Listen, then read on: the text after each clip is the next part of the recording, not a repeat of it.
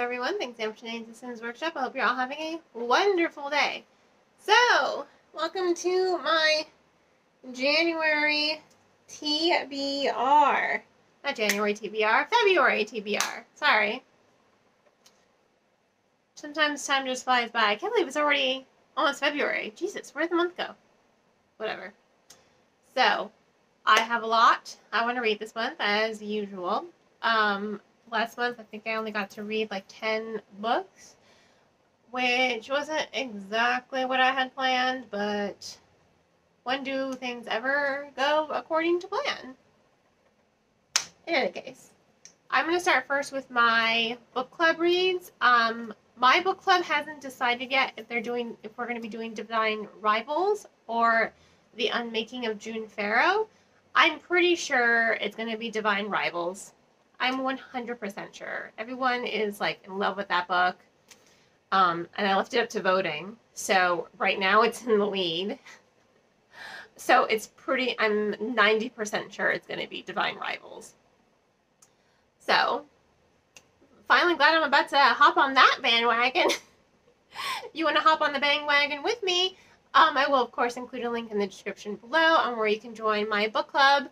I have it on several platforms, whichever one is comfortable for you, either my social media page, Storygraph,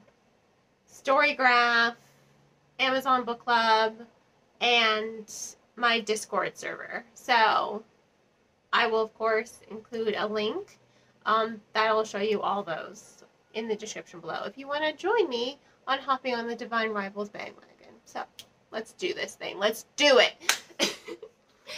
The second book club pick that I will be reading this month is These Deadly Prophecies.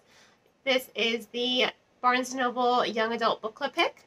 It is like Knives Out meets Inheritance games with some fantasy. I'm here for it. I'm kind of really excited, and it's shockingly very short, so I'm going to go ahead. I'm going to buy it at work tomorrow. And then if you live in Fort Lauderdale or if you're nearby, the book club will be February 26th, Monday at 6 p.m.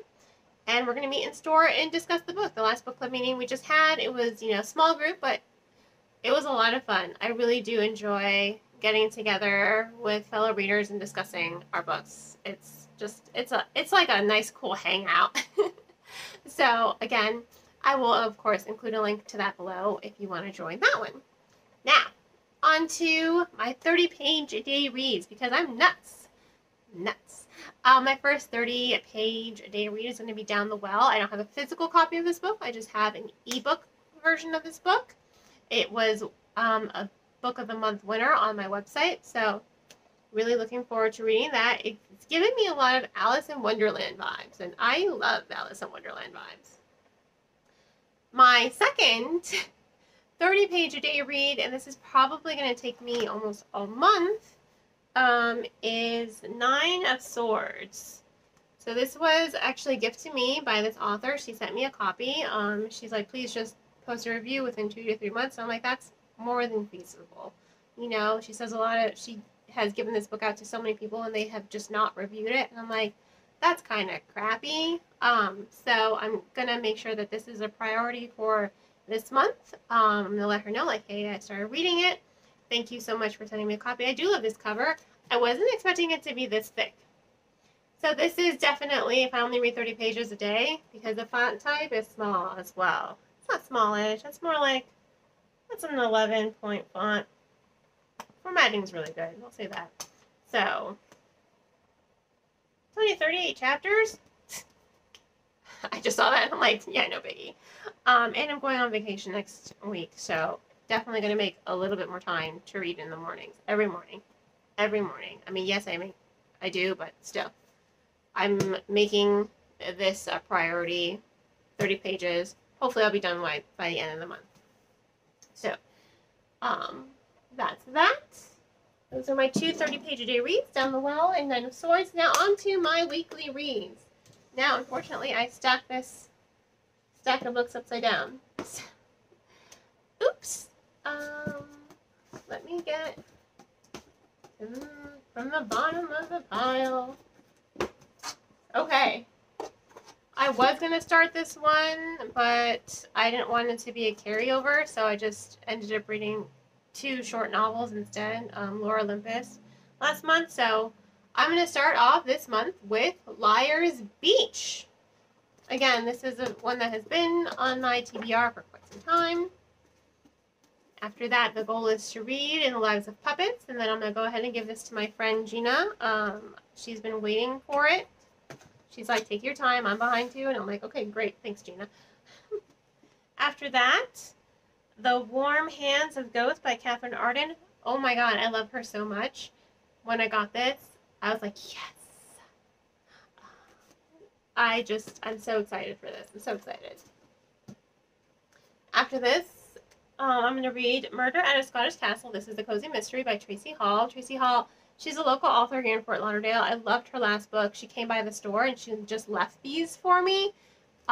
She did leave me a Mass Market one, but unfortunately I forgot to like put that in the stack. So I have to reorganize my stack every so often, especially because when I get mail from publishers, I'm like, oh, here's a new arc. But I already have so many prior commitments. So I squeeze it in as I can. After that, Anne Leung, I Hope This Doesn't Find You. Not usually what I read, but, you know, again, I'm going to go ahead and give this one to Gina as well. I think that's going to be a little bit more up her alley, but she will appreciate it. The One That Got Away with Murder. Really looking forward to that. I love a good murder mystery. All right, Bless Your Heart.